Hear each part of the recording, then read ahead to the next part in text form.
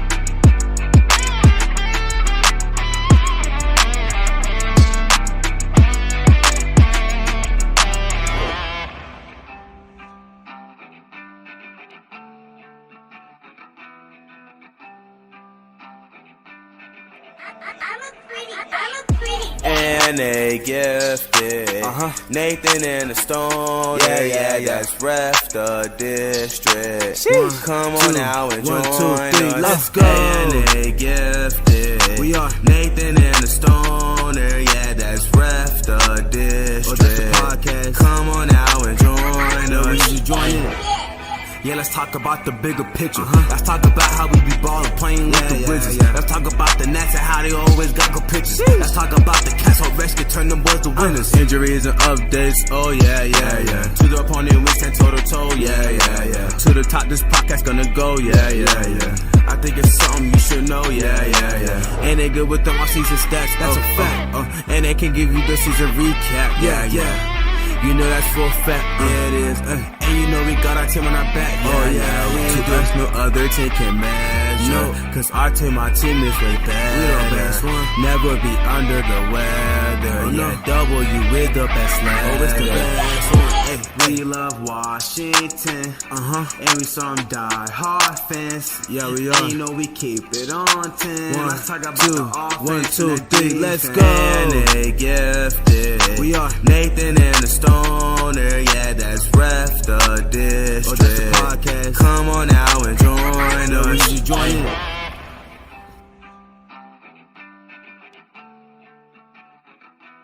I'm a pretty bad kid.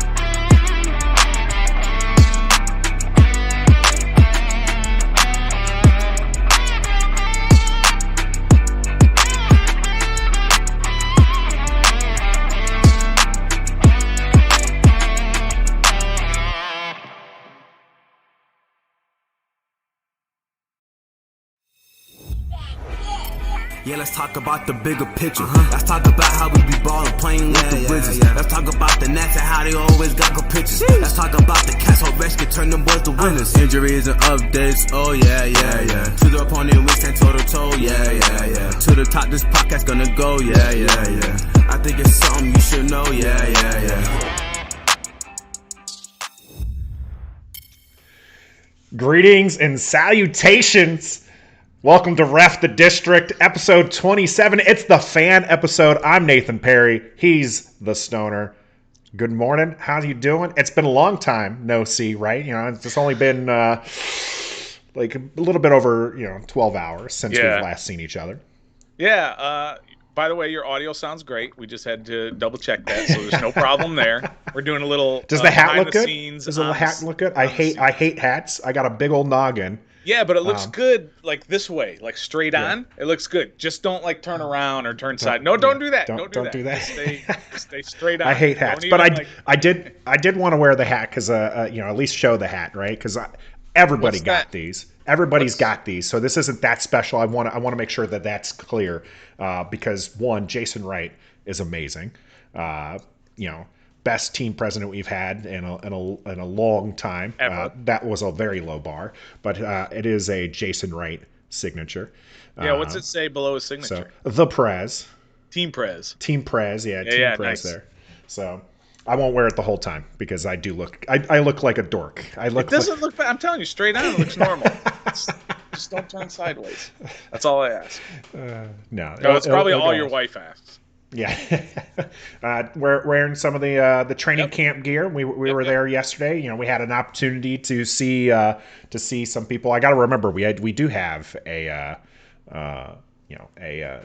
audio portion of this. We do stream live on. Well, today is actually our last Sunday that we'll be streaming live on YouTube. You'll catch us this Thursday.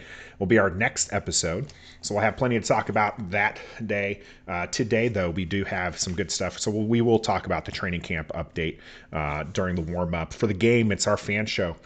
We asked people to send in, how did they become a fan of the Washington football team? We have 15 and a half responses that we're going to share. Lot, it is. That's good. I appreciate everyone who sent in some stuff. And then the post game, we're going to talk about the week that was for the Wizards, the Nationals, and the Caps kind of got in there too. But a little bit. A little bit. That might be a throwaway towards the end. We'll just say, let's do it right now. Ovi signed. We're all good. Let's get the season started. And then they got their goalie back, right? So everything's all good. So. Yeah, it is what it is for the Caps. Definitely not what people are here for. I think they want to hear more about our training camp experience. Yep. And they want to hear about those fan episodes and how they became a fan. If you're watching, if you're listening right now, so we do have do this live on YouTube. I put out there, how did you become a fan of the Washington football team? So put that out there. My wife, points out that she became a fan because of me, and she loved watching RG3. So she was actually a Cowboys fan, and she turned. What? Yeah, I turned. Right, I converted her. Yeah. Really, she's giving me too much credit. Okay, it's not me that converted her. Right. It was our son. When we had our son in 2013. She kind of she was pregnant during the RG3 season, and she had to listen to me, but she was still railing against Washington at that point. Yeah. But then the moment she saw her little baby boy decked out in Washington football gear, she was like, okay, it's over. It's over. I remember going to your house. This was in Germany. Yep. We went over to your house to watch a Redskins Cowboys game. And she was all decked out in her Cowboys gear. And I said, how is this even going to work in your house with the Cowboys and Redskins? This is not going to work. It was fun for years. It didn't, right? No, it didn't. We didn't have to endure that for very long. But, you didn't. We were together for nearly 5 years by the time she converted. So there was definitely – football seasons were pretty fun. Yeah. And then And then, like I said, our son was the tipping point, and now she's diehard Washington football team. She loves herself some Chase Young. Certainly, her favorite part of the training camp was getting to see and interact with him. We were out there. I know some people shared some pictures of Chase Young and Montez Sweat interacting with the fans. We were right there. So I was a little bit more enamored by Fitz working out with Harmon and the other Montez. The other Montez. The QB version. So that was pretty cool. Although I don't know, we did see him in one of those workouts. Montez was working with the receivers / running backs in one of those drills. Yeah. I don't know why he was over there. It was a weird drill. Yeah, I asked you, I was just like, do we know what this is working on? So the drill that they were doing was the coach would hit the medicine ball and like not one of these, not a medicine ball. Not a medicine ball. What are those? A workout big, ball. Giant bouncy balls that some people sit bouncy on. Rubbery ball. Yeah. He like launches this in front of them, and they have to pick it up, bend over, and pick it up with both hands, and like launch it up over their head. Holding on to it. Not necessarily throwing it in the air, but like holding on and lifting above their head. And I was just like, I'm not sure what this is working on. Yeah. But it was the receivers and the backs were doing it, and then all of a sudden you see this yellow shirt, run out there. And it's Steven Montez who's working out with the receivers and the backs. I don't know. A lot of people thought he was going to be converting to tight end. Well, he wasn't working out with the tight ends. But he wasn't working with the tight ends. Right. I'm not sure. It was just weird. Maybe he just wanted to keep. I don't know. I think you need to work on your throws and reading defenses. I don't think this drill is going to help you. So. Well, you know what? You know what I was thinking? Maybe the drill was like a fumble type drill. To be able to square your body to pick up the ball and go with it. I don't know. But maybe he's getting ready for that after he fumbles when he goes back to pass. Somebody strip sacks him. He's got to learn how to pick the ball back up again. I'd much rather him work on not fumbling the ball in the first place. So if we see Montez in a game this season, things have gone horribly wrong. Yes. Horribly wrong for the team. He's not even making the team. I think he's still practice squad eligible. I consider practice squad a part of the team. It's not a part of the 53, but it's a part of the team.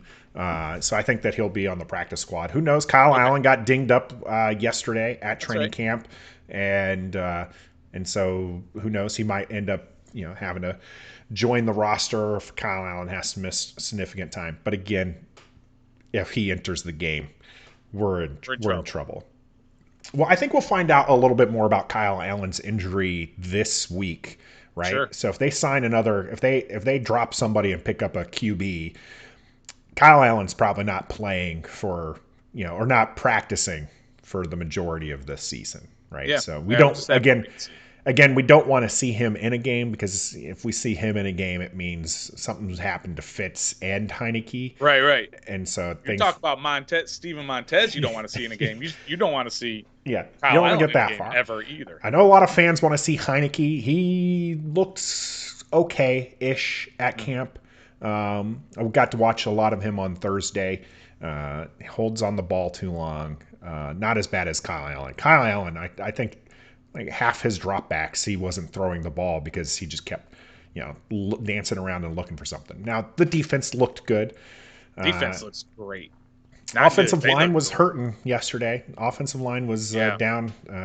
Sheriff had to step out for COVID protocols. Same with Sharp. So we'll see. That's going to be a situation that's going to, unfold throughout the season.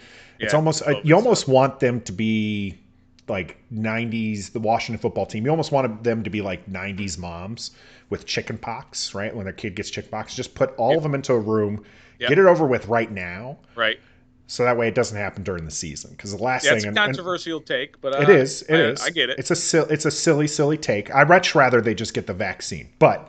if they're not going to... then go the 90s mom chicken pox route, and we'll be good to go, right? I don't want them missing any time is the thing, though. So it's a situation, like I said, we're going to have to deal. Rivera talked about it. The numbers are going up. A lot of people are scheduled today here on Sunday to get the the vaccine. So I think the numbers will continue to get there, and we'll see how that situation, does, because he says a couple people have dug their heels in. They're not going to get it. Yeah. But as long as they can get past the certain thresholds, keep people safe, keep them on the field, I think the team will be all right. Let's talk more about your camp experience. This was for the two of us. This was actually our first camp. So I know a lot of fans had the opportunity, in years past to go. We're transplants. You live north of Baltimore, so Richmond is a bit of a haul for you. Sure. But and then for me, military guy, lived around the world. I was here for 3 years in Maryland, but didn't go down to camp during those 3 years. Got to see a bunch of games though. But this is our first year. We're like, hey, we got to go to camp. Yeah, it was great. For me, it was a great experience. I think when we left, I told you that it exceeded my expectations, and I had fairly high expectations of what it was going to be like. But it exceeded my expectations from all of the fan ambassadors who were there, who were everywhere, who were smiling, who were willing to help, who were in good moods, who were accommodating to everybody. They didn't always have the right information. That's okay. We got caught up in that a couple different times. Yeah, that's where it was kind of like we were wearing our Ref the District shirts, and it was kind of like we didn't want to be wearing them when we were getting yelled at by some other fans because we got misinformation. Like we definitely didn't want to get that, but no, it was great. Yeah, you're right. We did have a little trouble getting in at first. Because of the information that we're given. But once we were in, it was great. We actually got to meet the young lady who was dancing with Jason Wright in Rio, right? So we got to dance with her. She danced with my son a little bit. So that was a fun little moment. We kind of blended in with them. Our Just a Fan shirt's the one actually behind me right now that you can pick up yourself if you want. Check out our Ref the District Twitter handle there, and you can find the link, and we'll push it out. We'll make sure people see it. But it was the same yellow, so it was kind of good. It was good though that the back said gold. It was probably the same gold. Yeah, same gold. Gold, right? Yeah. But it had Just a Fan on the back, so it was good to have some distinction between those and the ambassadors who are helping people out. We also got to meet a lot of our fellow Washington football team pods. Yep, we did. So, we met. Hopefully, we don't leave anybody out, but we met the Burgundy Zone. We met the Bleeding Burgundy. Mm-hmm. We met Declassified. We met. You probably have to help me out because you know these a little better. We actually were going to go Josh. Yeah, we so that we wouldn't forget. Who we would know whose podcast is who and all that. But we met up with all those guys, and it really is, and you'll hear all of them say that it really is a community of content creators, podcasters who like to get along and who are supportive, and it's a community of people that we're all there to help each other. There's enough space for all of us to be in. So that was pretty cool to meet all of them and talk with them and interact and share ideas, share our experiences, our level of understanding of technology, all that stuff. We were just sharing everything, and it was really cool to see all of them. Yeah. So I might have missed. We met up with Trevor. He was there. I don't know. Did you name Sorry, him? Trevor. Josh. Cameron Mingo. Rio was there. So I'm trying to think. Hopefully we didn't miss anybody. John was out there. He's got a podcast, not a Washington football team one, I don't think, but met him. Lots of good people. Interact with some fans. Some people recognized us, which was cool. That was really cool. Yeah. Getting to see the team in action was great. So I was there Thursday, and it was really hot, so we left a little bit earlier. Then when we didn't stay for the full practice, knowing that we were going to be back the second day, wanted to make sure that the family was good. And then we over-prepared for Friday. So I'm a little under-prepared for Thursday, over-prepared for Saturday. But it was good both times. Great experience. Reasonably priced too. This is something that my wife and I talked about. There wasn't stadium prices for things, and that was great. Yeah, and on top of that, we were in the VIP area because you have season tickets, so that gave us access to the VIP area, which was great. And they have these tents that were air conditioned, that had free water, Gatorade, soda. They had beer that you could purchase, and like you said, it wasn't outrageous prices. And they had fan ambassadors everywhere to just make sure that you were doing okay, that you understood what was going on. They had a side party bus, they called it. It was just a trailer, but inside you could plug in your phones to keep everything charged. It was air conditioned, and then you can go up on top. It had a little deck, and that gave you a great view of the practice. Great view of the practice. Yeah. So we're going back and forth. We're going down we were right on the rope line. So we were right there where the players are coming out, going in and coming out. And then you go up top, and then you have this great view of practice. Then you go back down because Jason Wright's walking around talking to people. And you mentioned he's a great guy. And everybody says it. I haven't heard one bad thing about Jason Wright and what he's doing. And we got down to be able to meet him and got a selfie with him. And like you said, you got your hat signed, my hat over here. He signed it. And what did he tell you about your hat? So his hat, for our audio listeners, it is an old school Redskin, straight burgundy hat. What did he tell you about that? Well, what was great about it is he wasn't doing the politician thing. He wasn't doing the, hey, nice to meet you, and shaking hands and moving on down and hey, all right, let's go. He wasn't doing any of that. He was engaged with the fans. He was looking people in the eye. He was talking to them. He was answering questions. And when I got up there and I gave him my old school Redskin hat, and he just looked at me as he's signing it, and he says, "We're not getting rid of the old gear. I just want you to know that we're not getting rid of it. We're not going to ban it from the stadium." He didn't have to tell me that. I didn't ask him. He just wanted to engage with the fans and reassure us that the old stuff is not going away. They're not going to have it going forward, but they're not going to ban the old stuff. Yeah, that was a bit of a controversy a couple weeks ago. Some people, he had said something that to the effect of, he did kind of give that politician answer. It's like, well, we haven't decided, what we're going to do with that kind of stuff. Well, now they've decided. And people took that to mean, oh, okay, so they're thinking about not letting you in with Redskins gear. And so I think he wanted to make sure he took that opportunity. And this goes to, we have Meest watching us on our YouTube right now. Meest, so welcome in, buddy. So he says that he can tell there's a change in energy even from last year, and there is. And we talked about this a lot.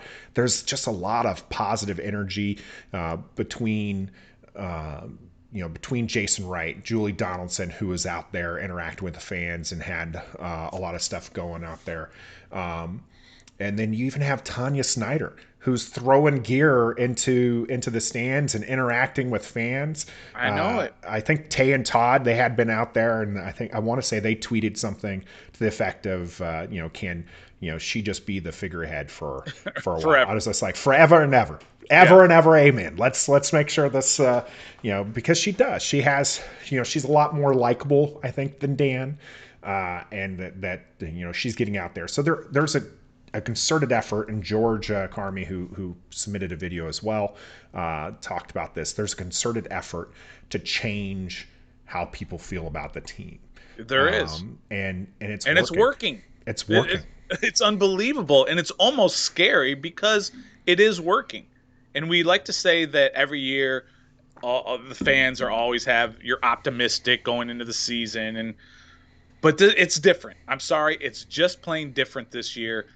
Regardless of what goes on the field, or maybe not, at least for now, regardless of what's happening on the field, off the field, they're winning fans back. They're winning old schoolers. They're winning new schoolers. They're putting the right people out there to be the face of the franchise on the field, and especially off the field with Jason and Julie and Tanya Snyder. I didn't want to like Tanya Snyder because she married Dan, but she's been amazing. She has questionable decision-making skills, right? But she's been amazing, doing everything that you should be doing, and she's doing it, and she's winning me over right now. And hopefully this continues on all the way through the season. Yeah, I do. You brought up the question, right? You're like, what happens when they're 1-6? Mm-hmm. Things go horribly wrong. Do they continue having this good vibe around them? Right. And I do think that would test them. It will. but I do think that there is a change in mentality, and that the team is likable. We've got likable players. We got likable front office. We've got a coach who's respected and likable, right? Like, That's right. I think that if things don't go the right way, and we saw some of that last season when things weren't going the right way, fans, a little different, I think, last year to this year. Whereas last year, it's just the same old Washington football team. Different. Yeah. We're changing the name, but it's the same product on the field. It's not winning. But now there's a little bit more high. There is higher expectation here. We'll see how it pans out. But I do enjoy the energy around this. It's almost nothing but positive everywhere you turn. Even with the vaccination rate being one of the worst in the league. It's not the worst now. It is now. It is now not the worst. It's the second worst. We're not last. But everything is positive about the team, on the field, off the field, in the community, with the fans, with the name, and eventually we're going to have this entire new rebranding next year, and hopefully it's coming off of a successful season. So it's just a lot of positive energy that hasn't been felt around here in a long time. Yeah, even the people who are passionate about the name change. I think you've backed down from monuments. So the future apparently you saw one future, and that future was not what the future some others see. You have Keith from whoever knows Keith, but he's out there talking about the Commanders or the next team name. And then you got Rio and several others who are championing Wolves. So some fun stuff there, within the team. And so nobody likes my idea of monuments. That's fine. Not a single person. But not even you liked the name monuments. I don't. But Commanders make sense. I was convinced Commanders make sense to me. No. So I'm gonna hitch your wagon to that one. Well, I'm going to hitch my wagon to that, but I'm always going to have monuments just in case. Yeah. Oh, if it becomes the monuments, we're certainly going to reshare your clip of calling it the monuments, but it's not. It's not going to be that. In there. Corey from On the Warpath joining us in the chat right now says this is what winning off the field should actually look like. Call back to the era, the Allen era, where he said, hey, we're winning off the field, and we weren't. One, it's a horrible statement to say when you're not winning on the field. Right. But yeah, this is absolutely what winning off the field should look like. Right. This is something where there is that energy. The team. You have players who are interacting, big name players. Right. Not we've always had some of the second stringers and third stringers who would take their time out with the fans, but having some of the having Chase Young and Montez Sweat and Terry McLaurin interact with fans. There's some great videos of them handing over cleats and stuff to the kids. Good stuff to watch and love to see that. Yeah, absolutely. There's been nothing. It's been nothing short of amazing, but it's not been surprising to me. Like I said, I didn't think that this franchise was going to be able to do that. And remember when Bruce Allen came out with that famous line, I think the culture around here is damn good. And it was. Culture is damn good. It was terrible. What a lie. What a lie. He was fired not much long after that. That was not he did a lot wrong. That, yeah. But that was probably his the point of no return for him. That was the final nail. They're like, it's not great, and you know it. And you're the reason, so you got to go.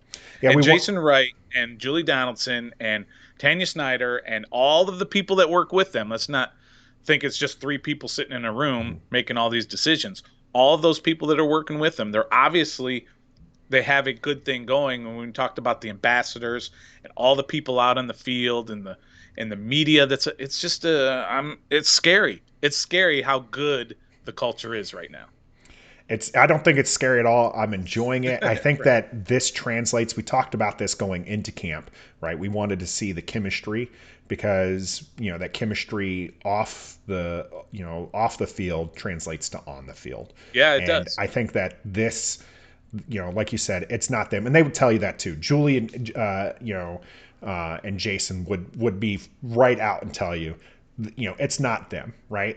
They have a great team. They often show them on Twitter with the group of people that help make this stuff happen. But they set the tone. They do. They're They're definitely the ones who and they'll take the brunt of it if things go wrong. And Jason knows that all too well, especially with the gear thing that we mentioned, where people thought, hey, you're not, are you saying that we're not going to be able to wear it? And he told you directly, you're going to be able to, we're not stopping people from wearing it. So that was we're not getting rid of the gear. Great to hear that. And I think that this is going to take us into hopefully an era of winning on the field. And we're going to get back to where some of us became fans, and we're going to get to that in the game here in just a moment. That's our training camp wrap up. Let's get to our fan episode because we've got a lot of videos to share with you. So that's coming up here on The Game.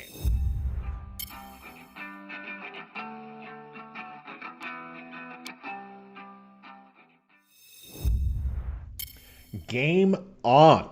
All right, so what happened was we reached our modest goal of having 100 subscribers here on our YouTube channel. So thank you for being one of those subscribers and joining us for this episode. So what we did is we submitted, or asked people to submit a video of why they became a fan of the Washington football team. We're going to share our stuff on there, but like I said, we have 15 and a half videos to share for this. So I wanted to jump in there, but that's what happened. And then afterwards, we'll talk about our next goal and what we'll do for that episode. But let's just get right into the first video here. And this is exactly why we do it. I understand Rough the District is polling fans and followers to tell their stories about how they became fans of the Washington, D.C. sports scene. And mine's pretty easy. I was born in the D.C. area. In my lifetime, I've seen 3 Super Bowls. I've seen a World Series championship. The Stanley Cup get hoisted. The Bullets won their only championship the year I was born. So I don't remember that too much. But Maryland men and women winning multiple championships in multiple sports. DC United winning a grip of cups. But I understand that's not the case for everybody. Some people actually choose to follow the DC sports teams. And to them I ask, what were you thinking? Well, that's what we're getting to today. That's Matty O, friend of the podcast, and friend of the show, Matty O. He's been on talking Nationals. We haven't actually had him on. Maybe we should get him on again to talk some of these national trades that we're going to address here in our post game. He's from the area, so that's why he became a fan.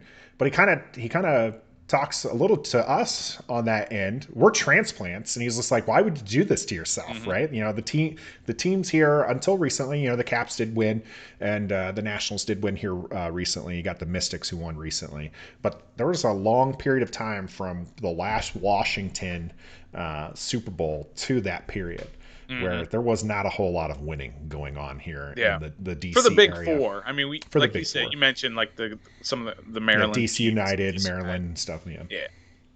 Yeah, that was pretty cool to see Matt, and he does have that question of why did we become fans, and we'll get to that certainly at the end here.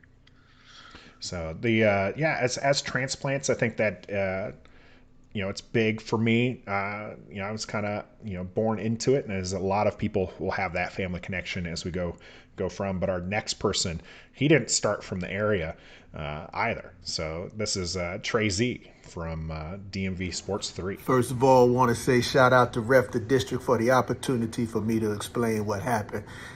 How I became a Washington football team fan, formerly the Washington Redskins. I guess I'm going to start with the how, which is this gentleman right here. This is Pops, baddest man in the DMV, chasing his lady.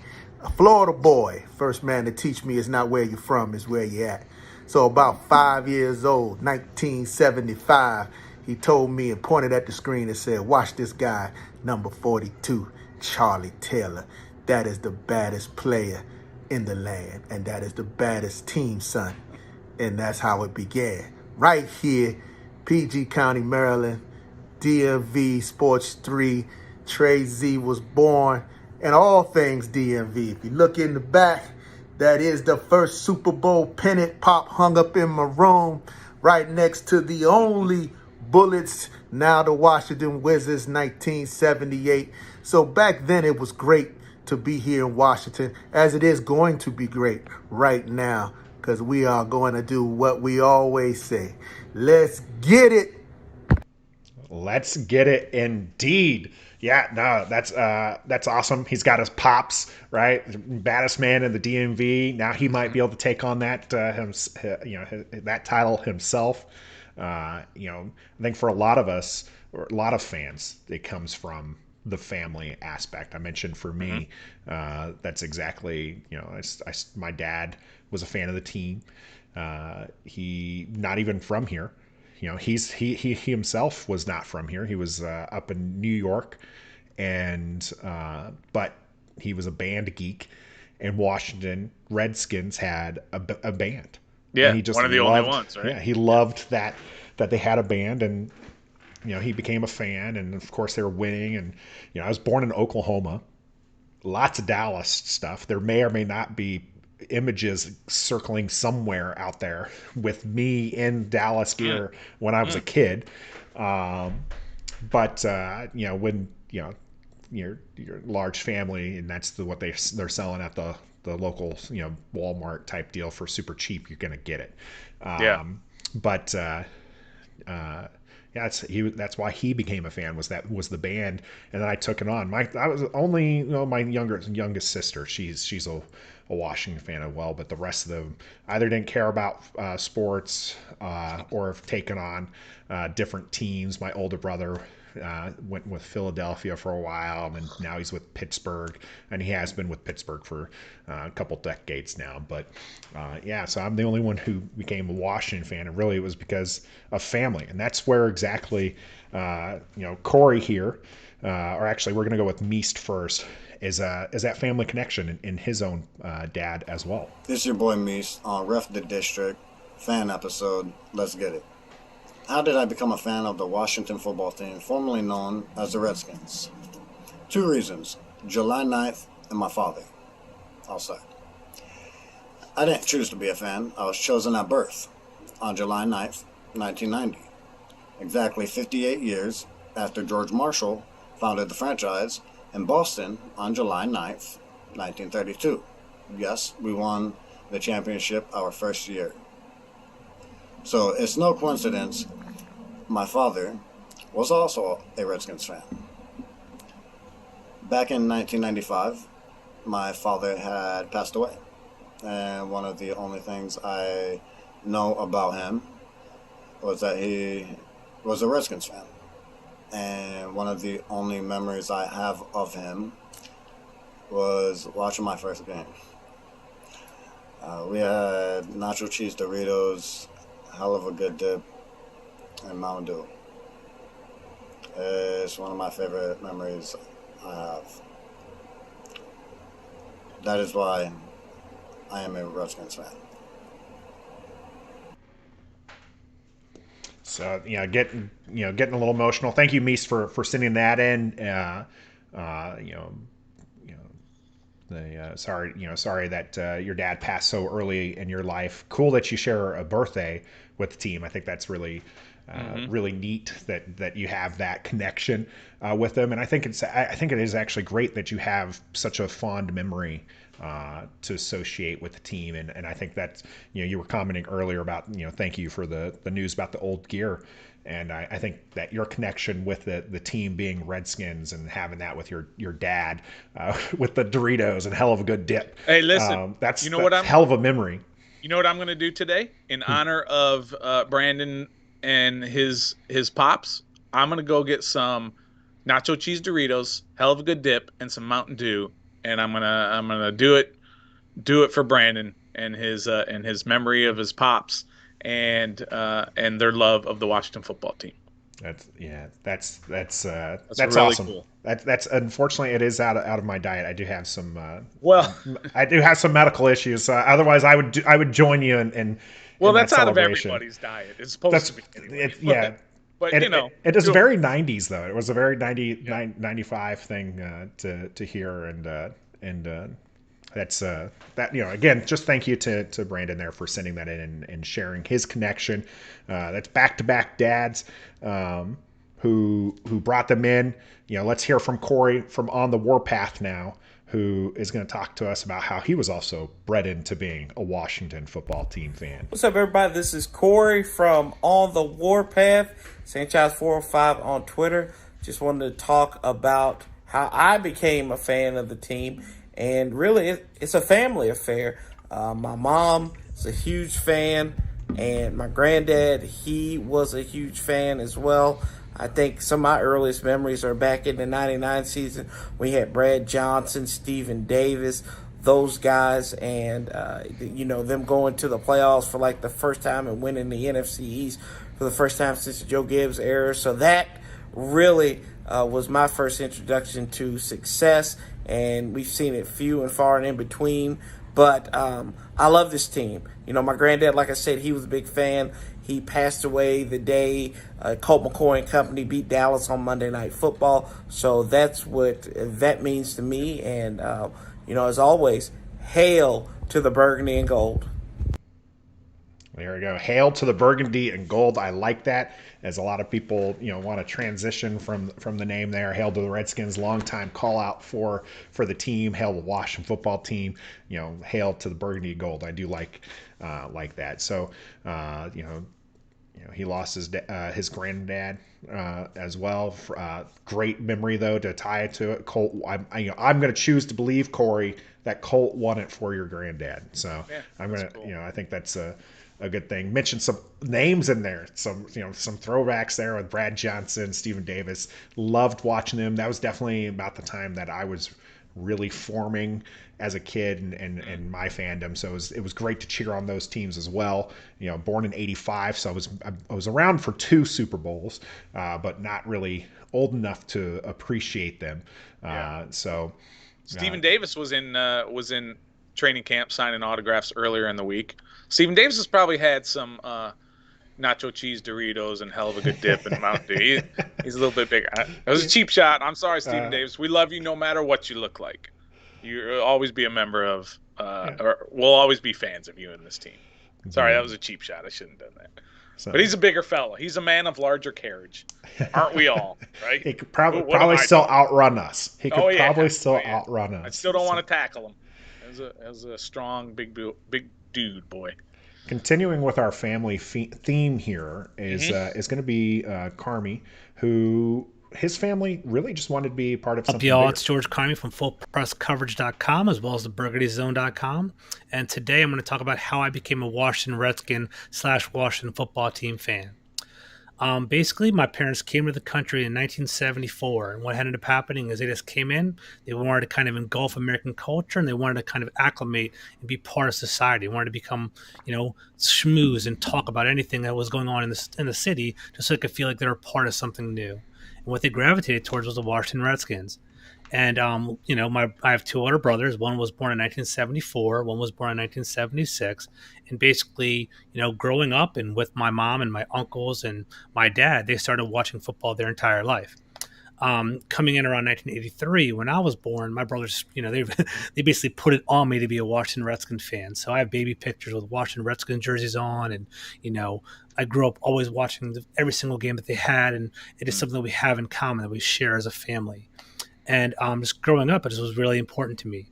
I still have vivid memories of me growing up. And around 1992, I was about 9 years old. I'm going to Wheaton Plaza, going to the stadium store, going to the Redskins store, buying Super Bowl gear. I'm going to House of Cards on Glenmont Road and Glenmont Drive, and basically buying Ricky Irvin's rookie cards and Ernest Biner rookie cards, and just being fully engulfed into the Washington football team. To add on to that, the way I became a deeper fan was, I was a major. I was a journalism major my first couple of years at University of Maryland, and I wrote for my school newspaper, and I was always a diehard sports fan, and I was always a diehard Washington football fan. And my biggest hobbies in high school was to drive around trying to find the Washington Redskins and trying to talk to the players and get autographs. And it has always been something that I've really been into. And I took that passion and I started to write in high school and college and a little bit after college, and that's where I am here today. day. So I'm blessed to have a bunch of great fans in the Washington community, and I'm very grateful to form connections with a bunch of local beat writers around the area as well. And luckily, I got some, some little something going on with the fans and with the with the team. I feel like a connection with the writing, and it's just something that's really important to me. So that's why I'm a Washington football fan. That's why I always will be. So HTTR, HTTWFT, whatever the heck it is nowadays. But go Redskins! We'll make it happen.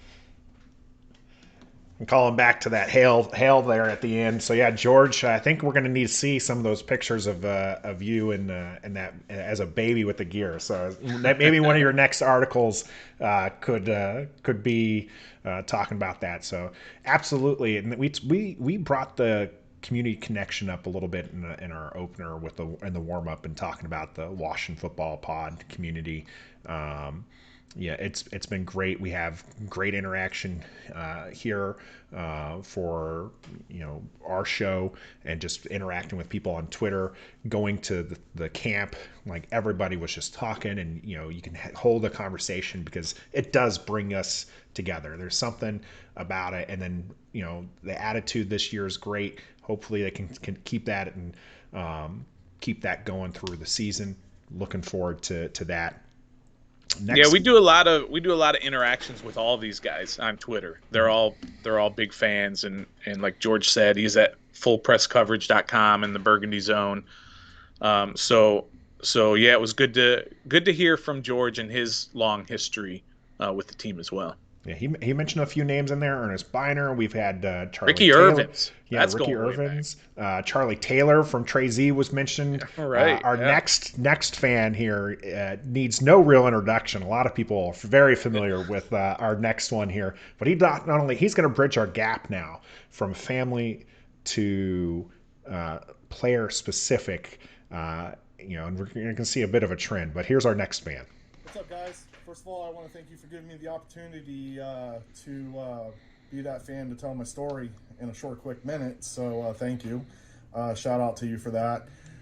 But how I became a fan, I can honestly say it was back in 1987, man. I was a small kid. I didn't really know much about much except for playing with Legos and, toys and stuff like that. And I remember one night my dad screaming, "Touchdown, Doug Williams!" And I asked him, I was like, "Who's Doug Williams?" And he's like, "Don't worry, son, you're going to learn later on down the road." And well, I just did that. And since from that day forward, I remember how excited he was. And I was like, man, whatever that is, I want to be a part of. And so, through the years, I just became a fan and learned about the game a little bit. And here I am, passionate as all hell for this team.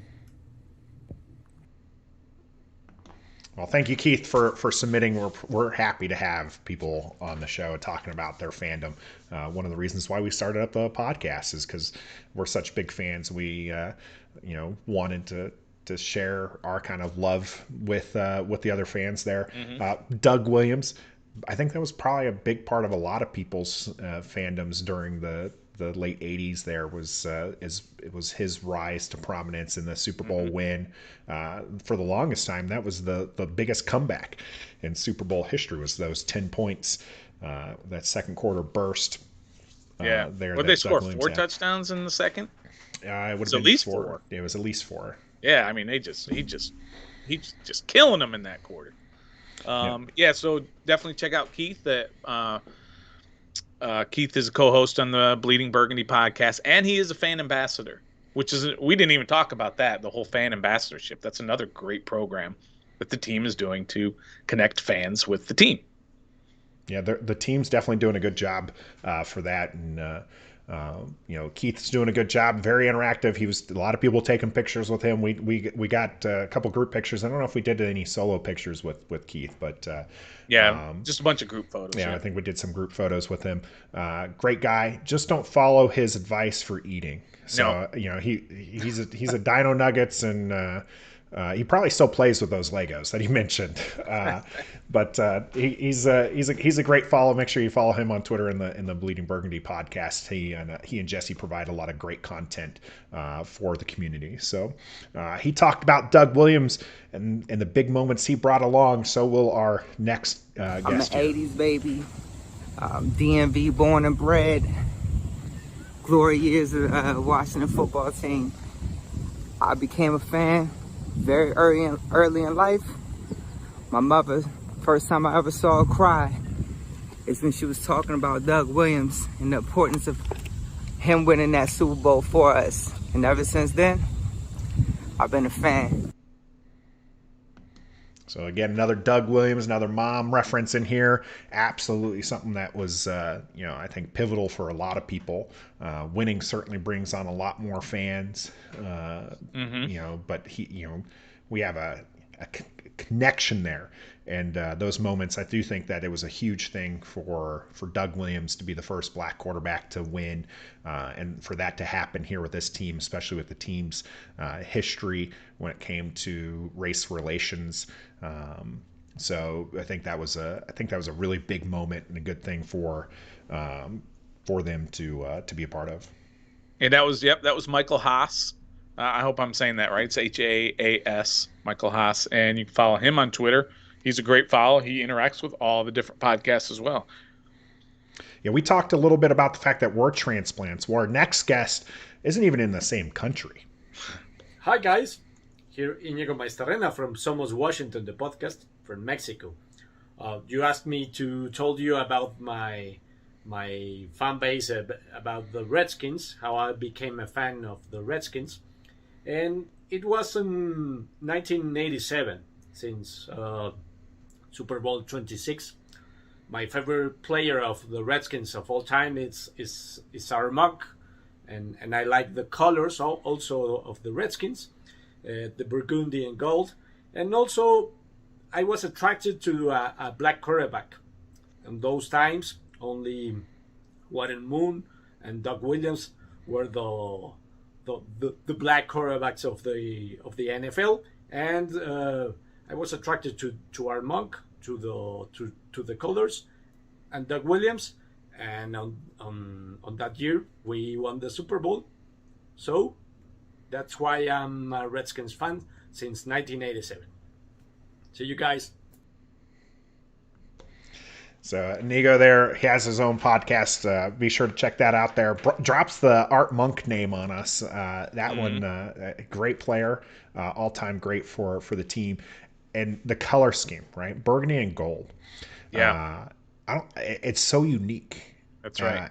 And all the sports fandom, people have their colors, and some of the colors might change, but they're this and that, right? But burgundy and gold is really ingrained. I'm very thankful that even though there's a rebranding going on, that they're going to keep the burgundy and gold. For sure. And thanks to Inigo for sending his fan video in. And you can find him on the Somos Washington podcast. And like you said, he's in Mexico, and he doesn't even get to see games. And that's something we really haven't talked about with some of these people who are no longer in the area, and they don't even have the opportunity to go to training camp like we do, or games or anything like that. But they still are fans or become fans, and it's those reasons, those positive reasons within the team, back with Doug Williams, Art Monk, winning Super Bowls, all of that. And that's why you've got to keep this momentum that the team currently has. Yeah, it needs to be, they have that winning on the field. We talked about the winning off the field, and we've talked about the connection. And our next person is the first Doug going to be shown here, first Doug fan, but he's going to talk a little bit about that community connection as well. All right, this is the Big Douglas Show. And when the guys from Ref the District asked me to send a little video about my fanship, I love the idea. I think it's great. So I go back, I guess, I can really remember for the first time the Doug Williams Super Bowl is kind of my last big moment, but also I think when I got started. My dad was in the Navy, so we traveled around a lot, but most of it was in Virginia. So between D.C. and down in Norfolk, that's pretty much most of my life. And so the great thing about football is my brother and I love the team together. We talk about it all the time. It gives us plenty of stuff to talk about. Even if we don't agree on all things, it's given us so many great memories and times together. And same thing with all the other people. This fan base is one of the best, and I've really been grateful to meet a lot of you along the way. So can't wait to hear about the rest of them. Have a good one. All right, thanks, Big Doug. The he talks about that fan base there, and something that I've kind of prided us for being for a long time is no one could be a fan of the Washington football team or the Washington Redskins and be on the bandwagon, right? Like, no, not there's not no lately, bandwagon. I mean, there is now probably there's a bandwagon starting. I think probably if the team hits the rise that a lot of people expect to happen, there are probably going to be some. And you know what I say to those people? Welcome. Come on board. Come There's on plenty of board. room. It's great. And he talks about how the fans are great, and you have to be, right, when you're sitting there, and, for the last 20, nearly 30 years here, where the team hasn't been successful or as successful as they were during the 80s and the early 90s there. The fans stick it out, and we have that shared commisery. But there's something about the team that keeps bringing us back, and something that makes us love it. And that's why the one things that I loved about this episode is just hearing from people on why they came to be a Washington fan. And so he mentioned we got that shared bond for being military brats, so military children. He was a little bit closer to the area. Dad was in the Navy, mine was in the Air Force, but kind of good that we have even that connection going on. Yeah, so thanks to Doug for sending that in. He's got the Big Douglas Show. You see it everywhere on Twitter, and all the different platforms on YouTube. He does a show mostly with the rapper Big Pooh, I think, which is pretty cool. So yeah, he's gaining some traction as well. And check him out when you can. Big Douglas Show. Absolutely. Our next person has a podcast as well, The Classified. So we got to see him. Great guy. Love to interact with him. We got some good stuff coming up with Declassified for the season. But that's not what we're here about right now. We want to hear about why LE became a fan of Yo, the what's team. up, Ref the District? This is LE from the WFT Declassified podcast, telling you my fan story. I just kind of happened to cross the Washington football team on television. And me and my sisters were watching it. It was kind of new and exciting to us as little kids. And we just been fans ever since, man. I think one of the first games I ever watched was that Super Bowl in 91 the 91-92 season Super Bowl when we won it all, man. So I just got off to a hot start. And then, of course, after that, there were a lot of years of less than stellar football. So, but hey, they've been my heart ever since. You can't take that away from me.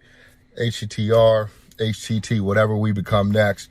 Shout out to you guys. You guys do a great job, but shout out to everybody else, too, who's stuck it out through the grind of all the bad seasons. But I think we're on to something special now. So I look forward to it, fellas. I agree. I think we're on to something special. He just talked a little bit about the fact that it's been years. LE joined when the team was good, right? He just happened to, he says he happened upon them on the TV and was just like, yeah, we're gonna start becoming fans of this team, and they look good.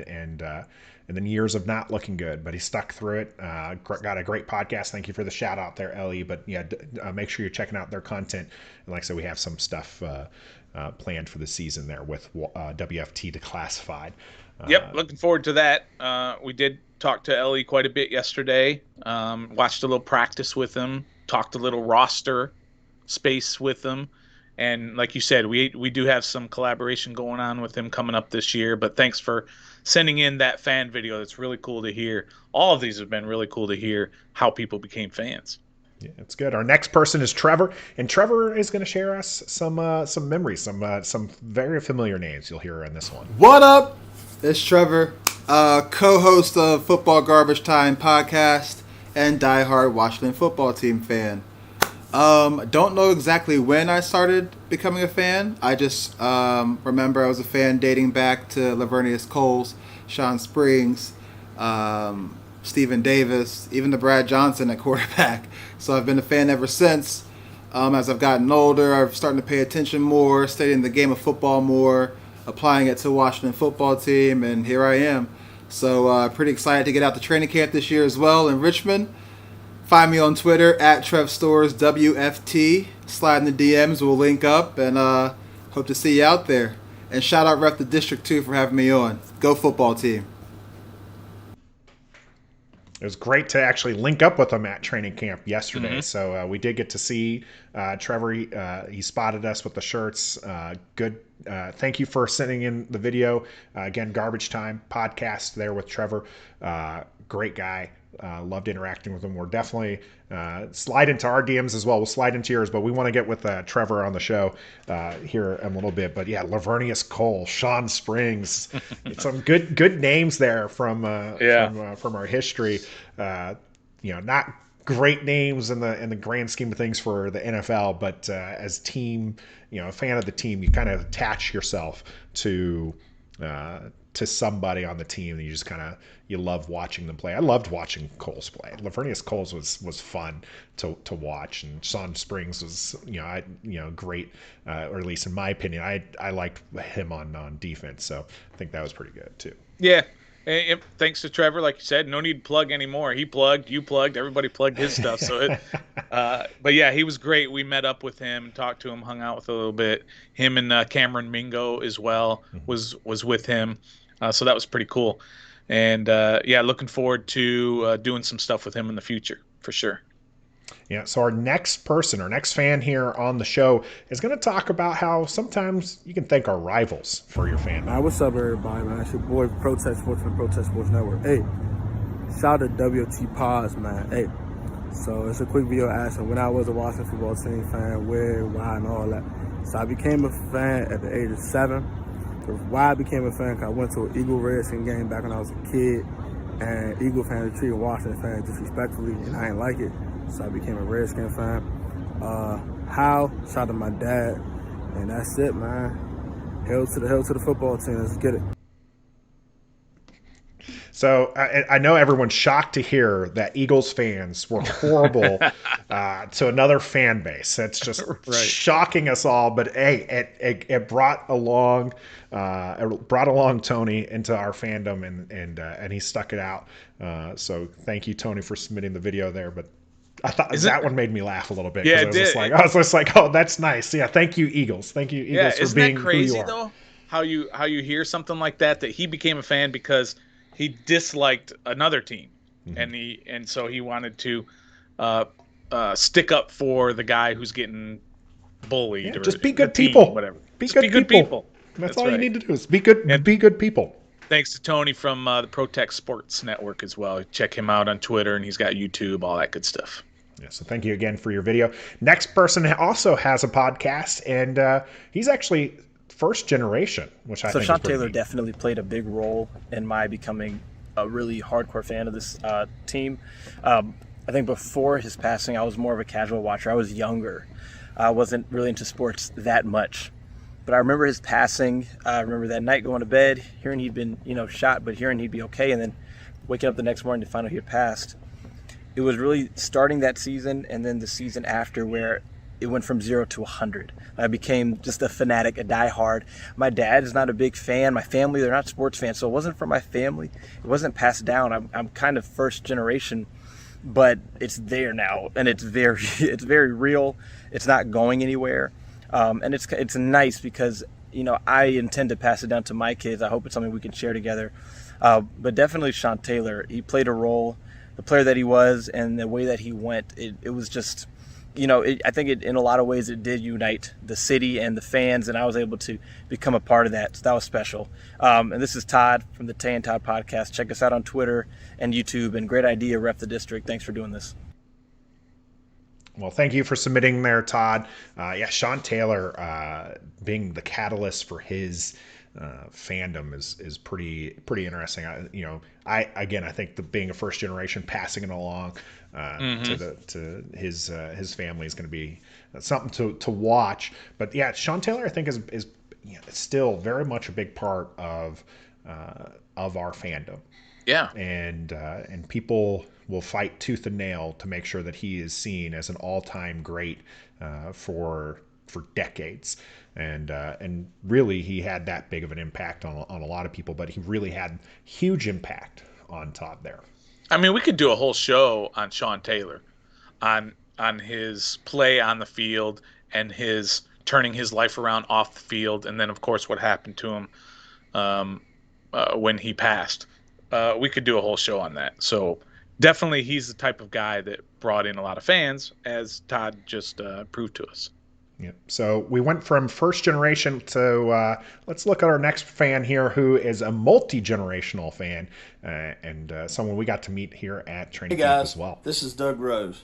I'm an official member of the Washington Football Team Fan Ambassador Network. I've been a fan of the team since 1985. I'm a third-generation fan, and my son's a fourth-generation fan of the team. I'm really excited for the upcoming 2021 season. You know, fans are going to be allowed back at the stadium, and to be honest with you, it's been really nice this summer getting some love from the national media. You know, there's high expectations in Landover this season, and it's nice to get that feeling back. And a lot of that is credited to team president Jason Wright and head coach Ron Rivera, man. Guys, I can't speak highly enough about each one of these guys as they work hard to bring us back to the pride that we used to have for this team and for this organization. Also, I want to thank you guys at Ref the District for giving the fans a platform to listen, watch, learn, and discuss all things Washington as we head into this upcoming season. Keep up the good work, guys. Well, I'm going to get out of here, but again, I want to thank you guys with Ref the District, and we'll see you at FedEx. He was such a down-to-earth guy yesterday. I really enjoyed meeting him. Fan ambassador, like he said, he's part of Fan Ambassador Network. Really, really good dude. And love the beard, too. I know, right? Yeah. I'm jealous. Very, very jealous of that. But no, he talked about those high expectations, and I think that's, you know, everyone has them, and the media's loving it. And we talked about, you know, there's not really nary a bad thing to say about the team.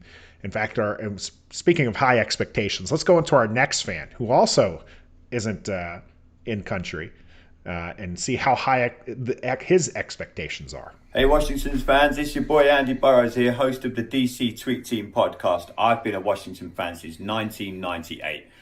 We've had some rough times, Washington fans. Stick with it, stick with it. Good things are coming. Highest of expectations from Andy there. Yeah, I hope. I keep having this vision of Dan Snyder, Tanya Snyder hoisting the trophy and leaning into the microphone and telling us what our new name's going to be. I think that'd be Right. that'd be an amazing thing to see. I think that they'll drop it a little bit differently, but that'd be pretty good. But yeah, there are high expectations. Andy talked about the hard times we've been through. I think if we can just even if this team could just string together, you know, double-digit wins for you know, several years in a row, we'd be so much better and invigorated as a fan base. But we do want to eventually get back to the big stage and show that we are one of the greatest franchises the NFL has. Yeah, thanks to Andy, like you said, he's over in England, and he was really bummed that he couldn't be here in training camp, but he follows all the different people, and he kind of lived training camp vicariously through all of us who were sending videos and photos and all the interactions we had. And getting back to Doug also, like you said, we got to meet him yesterday, and he's a fan ambassador. Met him and his wife, and that was awesome. And he was right there on the rail, and he got Chase Young to give a shout out to his kid on camera, which was really cool. And yeah, it's going to be really fun to meet all of these people. We met maybe half of the people that we have videos of, but yeah, I know Trey and Todd had great coverage as well throughout the camp, but they weren't there for the fan day, so we didn't get the chance to meet them in person. But hopefully sometime soon we'll definitely be at the games. I'm not going to be at the game this Friday, work calls, but it'll be, I think, a good experience, and definitely looking forward to getting back into the stadium and working with these people. So is that all of them? I mentioned we had a half. I mentioned we had a half of one. So let's hit this one, and I want everybody who watches and listens to hold him to this. Okay? Rio Robinson from the Ramble About Washington podcast, and I'm going to get you guys my fan story video for Ref the District, or y'all can kill me on Twitter. So we got a chance to meet Rio when we were out at training camp. Funny dude. He kept promising us. We have a whole string of promises from even last week's show, right? He had hopped on. He's like, I'm gonna get you that guys that video. Next week or this tonight. I'm gonna get it to you tonight. And he promised that a couple times. So we did some good natured ribbing while we were at a training camp. Trevor actually was just like, why don't you just shoot it right now? And Rio wanted to make sure there was a lot of production value in it. So he didn't just want to do it. So I was like, okay, then do me a favor, Rio. Let's just record you promising that you're going to get us the video. Let's get that. So he's asking for you to roast him on Twitter. We shared it on at Ref the District, and I think we retweeted that here during the show. So feel free to hop on over and give him some good-natured ribbing. It's all in good fun. We definitely would have loved to hear his fan story, and I'm sure we'll have him on the show at some point, and we'll actually get to hear it, in person. Yeah, maybe we'll just do it live on, there we go. One of our shows or something. Yeah. There you go. Little O'Reilly action there. F it, we'll do it live. So it was some good fun that we had at camp. Great time meeting with these other fans here of the team, and I kind of shared my story, right? Mm-hmm. I became a fan because my dad was a fan, and similarly to we're gonna ignore the fact that I completely butchered that as a word, but we to Keith and Todd there, where you just kind of got really into it. That was me. I go full throttle with my fandom. Mm-hmm. I've had to tune it down a little bit. And as through the ages, when I transitioned to become a broadcaster for the Air Force, that was a big time for me because I used to lose my voice. Not even going to the game, just watching it on television. I'd lose my voice for like 3 or 4 days, and as a broadcaster, you can't do that. So you kind of need your voice as a broadcaster. So I had to tailor that, and then when my son was born, we're living in Germany. The games are coming on at 7, 10 o'clock at night. If it was a Monday night game or a Sunday night game, you're talking 2 o'clock in the morning that you're having to get up for these games. And when you have a newborn, you can't be yelling. And my go-to when I stopped yelling was clapping. And I couldn't even clap anymore. Like at 10 o'clock at night, both the mama and the baby are sleeping. So I had to do some silent cheers and change that. But always, I don't think I've missed a game. Even when I was deployed, would make sure that I watched the games. I was deployed during the RG3 rookie season, and I had a sergeant major from the Army who was in the same building as me. I have to yell down the hallway that this was a place of business because I was going just nuts that season, running up and down as I was in charge of Freedom Radio and had a chance to sing "Hail to the Redskins" on radio. And you might have been a Cowboys fan, so he might have been a little salty of what was going on, anyways. That's why. And I get it now. Yeah, it was good times through thick and thin. Going to be with this team now. So we've heard my story. Yeah. Let's hear yours, because I have not actually heard this story. No, you have not heard this. Is another stoner surprise. And I bet you nobody, I don't think I've ever told this story. We know you're a transplant. Nobody cares, right?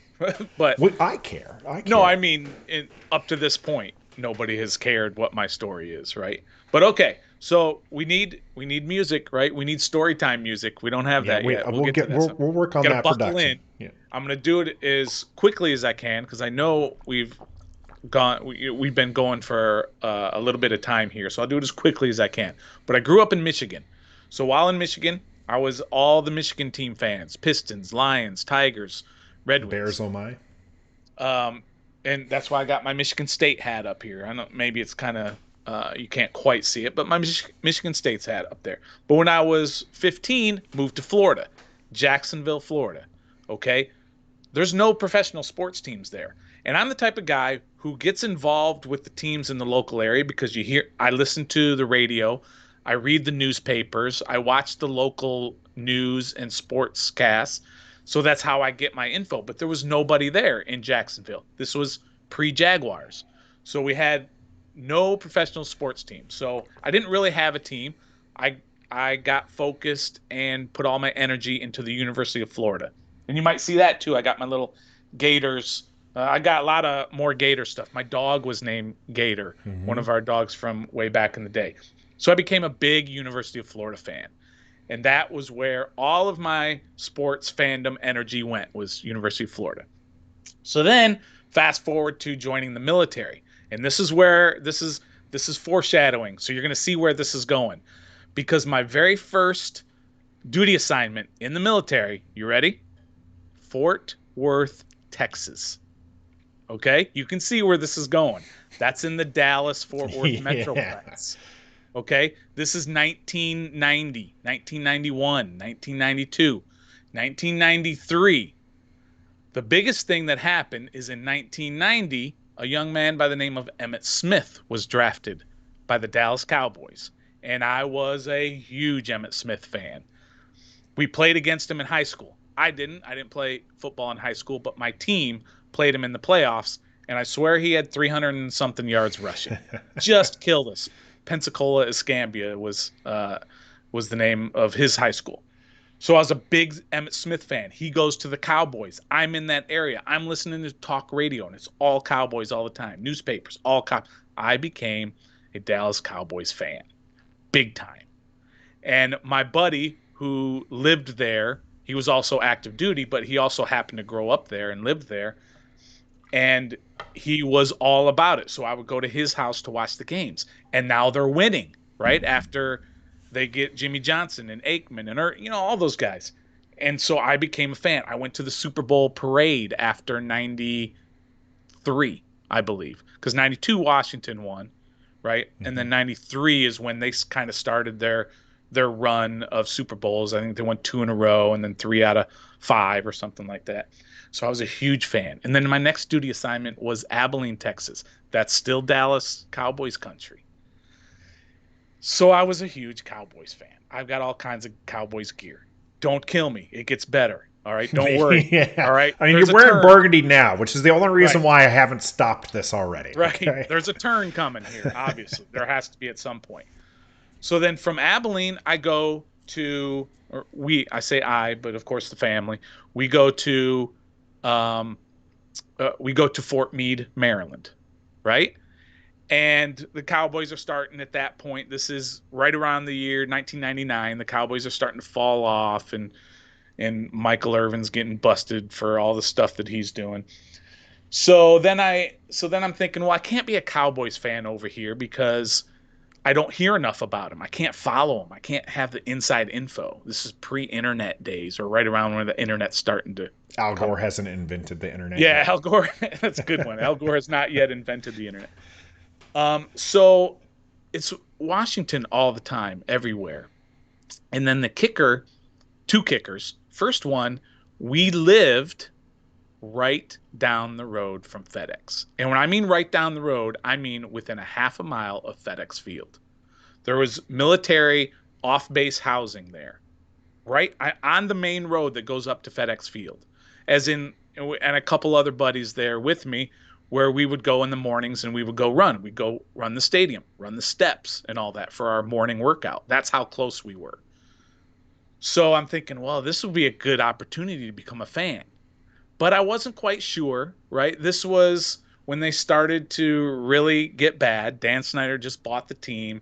Things were not going well. Marty Schottenheimer comes in. They're 0-5, right, when they start off. And I'm like, I can't be a fan of this team. They got nothing going on. And then what happens is just a couple years later, Steve Spurrier is named coach of Washington. And he brings in Danny Werfel and Shane Matthews and Riddell Anthony. And I forget the other receiver, the smaller receiver, brings him in. He's bringing all his Florida guys in.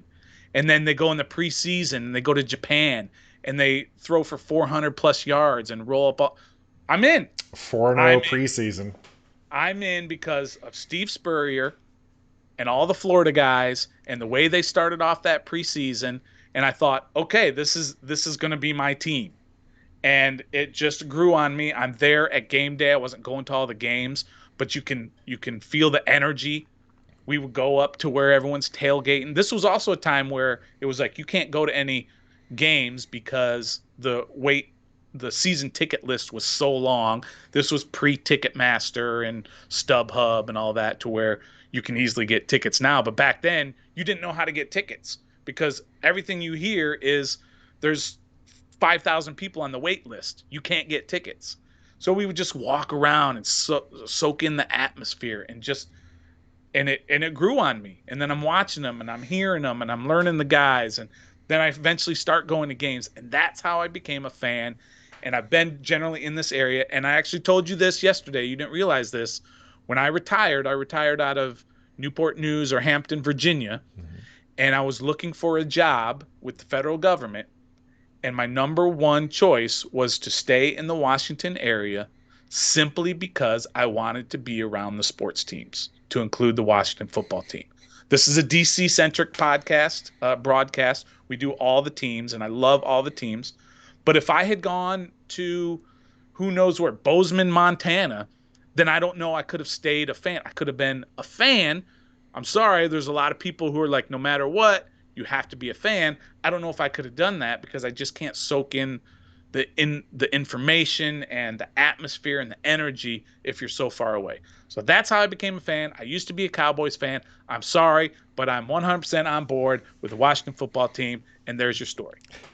Well, Brandon points out that you picked the worst time to be a fan. Yeah, that's right. But it's truly incredible that you're still here, and that's what matters. And I agree with Brandon. Thank you for joining us here on our YouTube stream. I have to say, though, I think that you're not giving yourself enough credit if you ended up in Bozeman, Montana, that you wouldn't still be a fan, because you were diehard with me in Germany. And That's I think true. the internet age has really helped bridge the gap and keep you involved. But a little addendum to that also is that I'm up here in Baltimore, just a little north of Baltimore. Yep. So you're I having don't too many syllables in there. It's not Baltimore. Yes, Baltimore. Yeah, Baltimore. Yeah. So and trust me, I've thought about becoming a Ravens fan, and I just can't do it, because the Ravens are always good and Washington was always bad and everything. I just can't do it. They're too annoying. But so I don't get Washington football team games here if they're playing at the same time as Baltimore, as the Ravens, right? If they're playing the same time, they're not going to be on here. So I have to come up with ways to watch them. And you think about last year, when I couldn't go to Buffalo Wild Wings, for example, to watch them because everything's shut down. I couldn't go to, they do have a Redskins bar in Baltimore where we've been many times to watch a game, which was great. But I can't get them on TV. I'm willing to pay money to get them on television, whatever you want, NFL, and you can't do it unless you have DirecTV. And I don't have DirecTV, and I'm not rewiring my world to get DirecTV.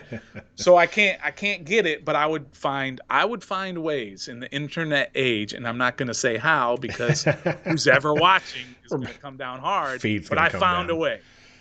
And so that has also been able to keep me as a fan. Like you said, the internet age has allowed that, even being up here in Baltimore. You'll figure out a way to watch the game if it's not on. Yeah. I'll have to tell everyone about Baltimore Ravens. So my favorite color is purple. My favorite author is Edgar Allan Poe. Favorite poem is The Raven. Wow. So for the longest time, again, I'm a transplant, and so it was always Washington Redskins #1, and then a large gap. And there was the Ravens, who have my favorite color, who are named after my favorite poem from my favorite author.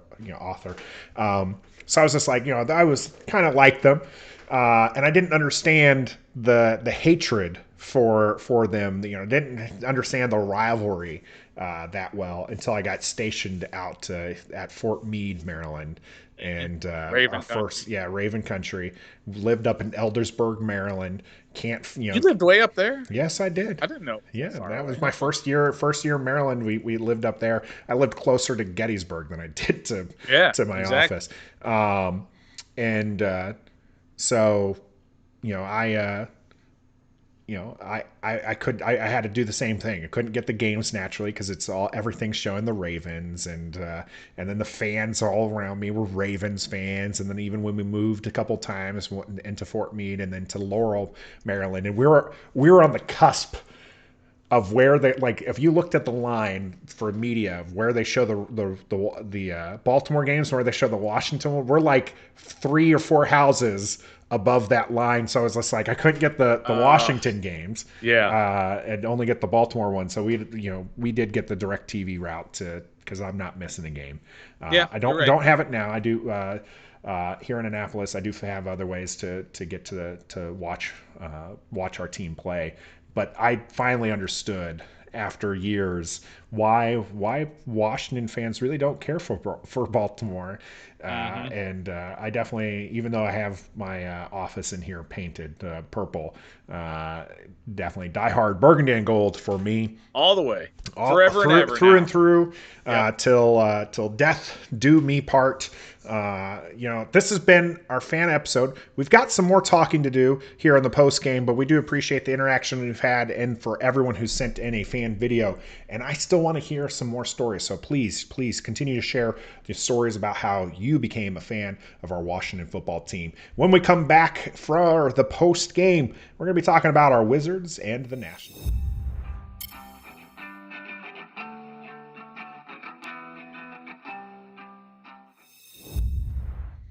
All right, Stoner, I'm telling you right now, I almost wanted to just cut us off entirely for this, as we're nearing an hour and 20 minutes. But we do have some fresh news to talk about, and maybe we'll save the debating for another time. But we did want to bring up the Wizards had their draft. They traded away Westbrook. A lot of fans happy with Westbrook leaving the team. As a Thunder fan who is also becoming a Wizards fan, Russell Westbrook was a big part of that transition. Not necessarily transition because I'm still a Thunder fan, but kind of welcoming me into the community and enjoying Wizards games and wanting him to succeed. While I still want him to do well for himself, I can't cheer on the Lakers. Nope. So that's not going to happen. But got a reasonable haul for him, and they're not done. There's still some talk going on right now that they can get some Dinwiddie on the team, and I know you're big excited about that. Like you enjoy that. We'll see how that pans out. Draft went exactly as you predicted. So it did. So nailed Corey Kispert. So Kispert, first round pick, the first round pick for the Wizards. They get the guy from the G League Ignite in the early second round, as they traded away the pick that they did get from the Lakers, the 22 pick for that. So good for them, Personally, and this is what we'll have to save for another time, so we don't end up being a 2-hour podcast today. Is I was okay. I was not team trade Beal, but if they went that route, I definitely saw the argument for it, and you were against that. Yep.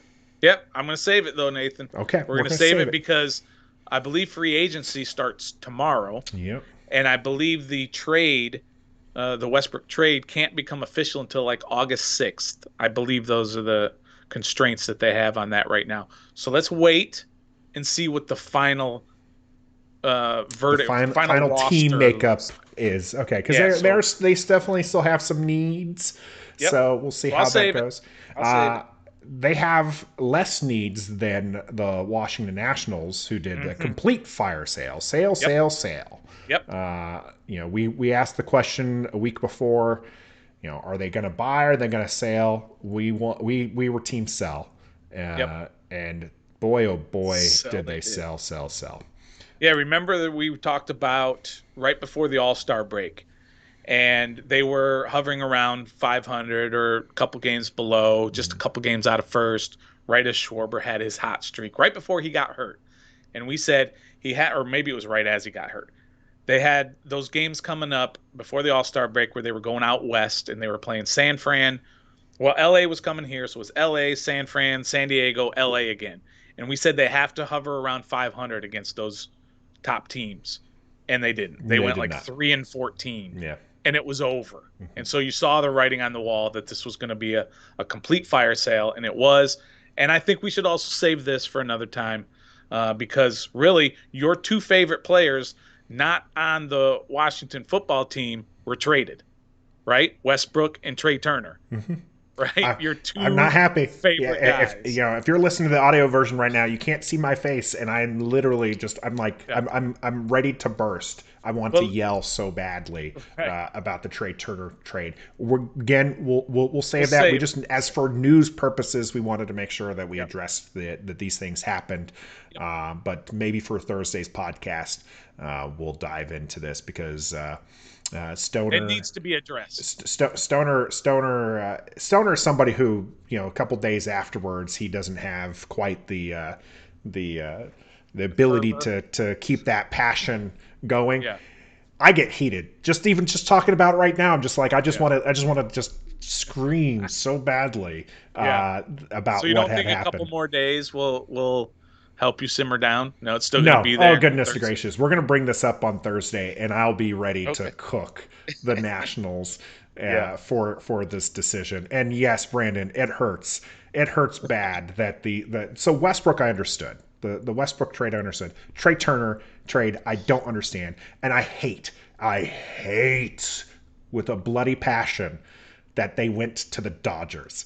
Trey Turner and Scherzer are Dodgers, and I loathe that. Like, with every fiber of my being. I don't like to hate things because it just takes too much energy. It's negative. It's not really my character to do that. But, oh, man, do I really loathe seeing them in that Dodger blue. It's awful. But, like I said, we'll talk about that mostly on our Thursday show. Again, we're switching our broadcast. So as the season approaches, we saw the fact that this would not be sustainable. Right? We're going to be we want to watch the games, want to do pre-games, tailgate parties with you guys, go to the games. A season ticket holder for myself. So we're gonna be there and interacting. So what we are going to do is we're shifting our show to Thursday, so you can catch us live on Thursdays at 8:00 Eastern Standard Time. And then as the season approaches, mentioned Declassified, WFT Declassified, we're going to have some interaction with them, doing some game previews. So those should be going out. Game reviews. We're doing game reviews with them. Game reviews with them. Sorry, my apologies. Game reviews with them on Wednesdays. Yep. And we're also going to have a little product for you called the Day After Reckoning with Ref the District, and that's going to be our personal takes, and that's going to be literally the day after the games. Every game will pop on. The only game that the new schedule gets affected by is the second week, Thursday Night Football with the Giants. That game will be shown early in the morning, or that podcast will be aired early in the morning. But we are working heavily to get other teams' podcasts and fans on the show, so that we can do some interviews with them, kind of get to know the enemy type stuff. Big things coming here for Ref the District. Again, appreciate everybody who submitted a video and interacts with us and watches these shows. We very much appreciate it because we love what we do. We're big fans, as you heard, and we love it, and we love the community, and we want to do more things. So we need that support to help us push through and just everything we got. Agreed. Well said, Nathan. Looking forward to more content, additional content as the season progresses. 3 times a week minimum. And we'll be on, the one thing you didn't mention is we'll be on other podcasts. We'll be on, for example, the WFT Declassified podcast. We'll be on shows in Philadelphia. We'll be on other shows around the country doing the same thing that we're having people come on our show do. We're going to go on their shows as well, which is really cool. And it's going to be a lot of fun, a lot of content from Ref the District this year. Yep. Looking forward to it. So this has been episode 27 of Ref the District. It's the fan episode. I'm Nathan Perry. He's the Stoner. And until next week, be a fan.